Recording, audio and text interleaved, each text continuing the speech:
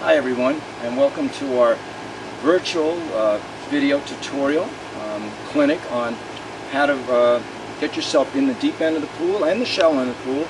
We do something called hydrotherapy. Hydrotraining has changed its name over the years. We now call it pool running, deep water running, but it's all about the same thing. And this is a concept cooked up in the early 80s by a local doctor, Dr. Dan Coolin at the time, and he initiated it. Actually, my wife Cynthia was actually filming this right now, and it was a means to keep an injured athlete physically fit through their recovery. It's kind of nutshelling it, but essentially stress fracture, injury that you cannot wait there on. You can't push off the land, can't train properly on land, can't train on a treadmill, can't train on any other actually running piece of equipment. Get put in the deep end of the pool, and you can train at the same level, keep your cardio system going at the same level, burn the same amount of calories, pretty much get the mileage in, be just as efficient, but you're healing at the same time. Prior to this, training was very inefficient. Got on a stationary bicycle, you swam, and it just wasn't efficient in keeping your training at the same level. It started with thoroughbred racehorses, moved over to humans, and now it's being utilized by, at first it was long distance runners, but now it's being utilized by all types of athletes that are injured. So today we've got two guests so far. We might have some more people show up. We've got Kristin Keller and Mark Hampton, who are students of this. Actually, Kristin developed a stress fracture this winter after a sudden jump in intensity after spending some time at the beach in Hawaii, which was really great, but not so great. She got the injury. And then Mark, Kristin, this was in January, early February.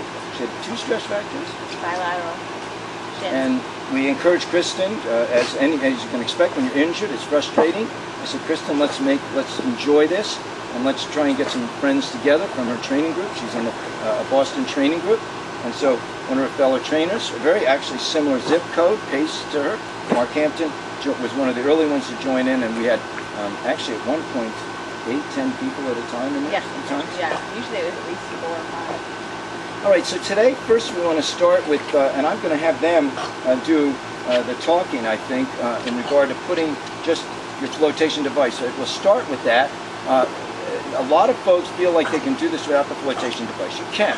You probably even get a slightly better workout, but it's inefficient. All of the experts today agree that you can actually develop bad habits and ultimately gain a new injury by not wearing the belt. So you wear the belt to keep you stabilized, to keep you efficient, to keep your form mechanics in place.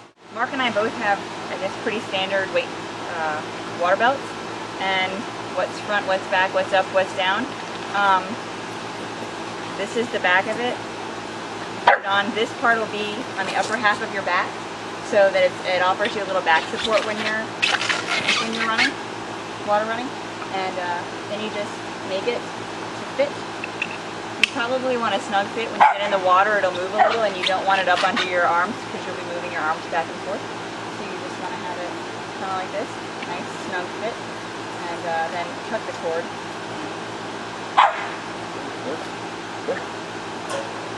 And captain, good buddy, and very experienced marathoner Heidi Johnson just finished a 10 straight marathon. She's in joining us. And one of the things Heidi pointed out to us right away was that she actually needs two belts to keep her up, buoyant enough so that she can enjoy her run and relax and feel efficient. So a little tip on that.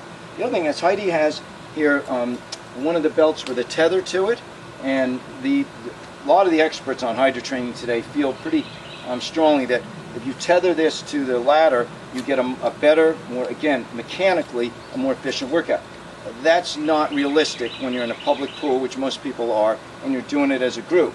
And we do encourage people to do this as a group because it's excruciatingly boring. It is not like normal running on the road, even on your own. We're going to talk a little bit about that today on how to break that monotony up. But when you're with friends, and the time passes so much quicker. But one of the interesting things too is that we always talk about zip codes. I've got something on my back that Heidi had made up. We always talk about zip codes, of course, being your pace. Stick to your zip code. Know where you should be pacing yourself. This is the great leveler. You can have a 4-hour marathoner and a 2-hour and 30-minute marathoner. Seth Hutchinson could be in the pool at the same time as Linda Scandor, two of my buddies that I help advise and coach. They can be in the pool at the same time, gabbing away and doing the same workout and never being too far apart. kind of a neat concept, and Kristin certainly discovered that this winter. All right, so I think, is that about it on land?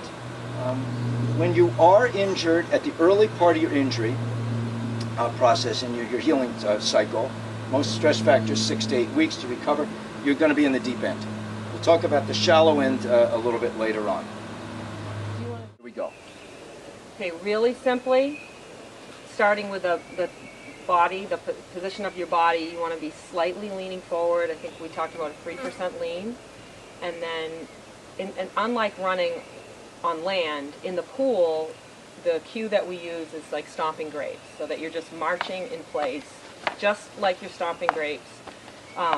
Keeping your ankle neutral, so you're not dorsine and plantar flexing at the ankle. You want to just be marching in place.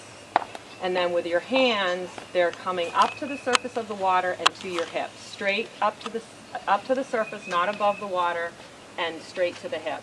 And obviously, in the same plane of motion as your legs. You don't want to be swinging your elbows out to the side, and definitely not leaning at the hip. There's a tendency to break the plane of the hip, which is we'd never do running on land.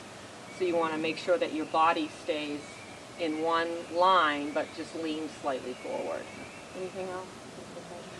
Did I talk about the shoulders? The thing with the belt is you want to make sure that you have enough buoyancy so that your shoulders are also at the surface line of the water. You don't want the water at your neck, because then you'll be lifting your head. So you want to make sure that you adjust the belt or put another belt on to make sure that you're aligned with your shoulders. All right, so we've got Mark and Kristin in the pool at this point, and like any other form of running, whether it's you're doing a workout, a long run, a short run, you always start slowly. I recommend about 8 to 10 minutes. I don't know what you guys have been doing this winter, but of just kind of your aerobic heart rate, conversational pace, no laboring, just getting your form down, acclimatizing yourself to the water, and really just getting yourself warmed up properly. Okay, just really repeating what I said on land. So if you're going to be leaning slightly forward, trying not to break the plane of your hip. You don't want to be bending over like you're trying to tread water.